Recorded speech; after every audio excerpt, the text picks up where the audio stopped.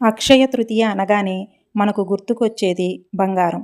కానీ ఈ పవిత్రమైన రోజు వెనక కేవలం సంపద మాత్రమే కాదు, అంతకు మించిన అద్భుతమైన పురాణ రహస్యాలు ఉన్నాయి. పాండవుల అక్షయ పాత్రకు, కుచేలుడి దారిద్ర్యం పోవడానికి ఈ రోజుకు ఉన్న సంబంధం ఏంటి? అసలు ఈ రోజున చేసే దానం ఎందుకు అంత శక్తివంతమైనది? ఈ వీడియోలో అక్షయ తృతీయ పూర్తి కథను వివరంగా తెలుసుకుందాం. మన సాంప్రదాయంలో అత్యంత శుభప్రదమైన రోజులలో అక్షయ తృతీయ ఒకటి. అక్షయ అంటే ఎప్పటికీ తరిగిపోనిది అని అర్థం. అంటే ఈ రోజున మనం చేసే మంచి పనులు కానీ, పుణ్యం కానీ మనకు శాశ్వతంగా ఉండిపోతాయి. అందుకే దీనిని సర్వసిద్ధి ముహూర్తం అని కూడా అంటారు.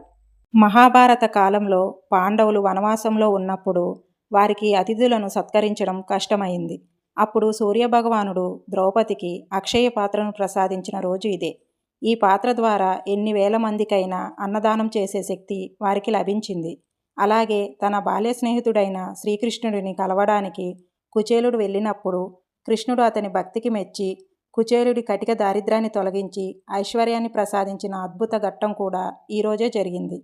కేవలం ఇవే కాదు, గంగానది భూమికి దిగివచ్చిన రోజు, వేదవ్యాసుడు మహాభారత రచనను ప్రారంభించిన రోజు, మరియు విష్ణుమూర్తి 6వ అవతారమైన పరశురాముడు జన్మించిన రోజు కూడా ఇదే. పురాణాల ప్రకారం కృతయుగం ముగిసి త్రేతాయుగం ప్రారంభమైన రోజు ఇదే. శివుని ఆజ్ఞ మేరకు కుబేరుడు లక్ష్మీదేవిని పూజించి నిధిపతిగా మారిన రోజు. అందుకే ఈ రోజున బంగారం కొనడం లేదా లక్ష్మీ పూజ చేయడం ఆచారంగా మారింది. ఈరోజు లక్ష్మీనారాయణ పూజ చేయడం వల్ల ఇంట్లో సుఖశాంతులు లభిస్తాయి. అందుకే ఈ రోజుకు ఆధ్యాత్మికంగా ఎంతో ప్రాముఖ్యత ఉంది.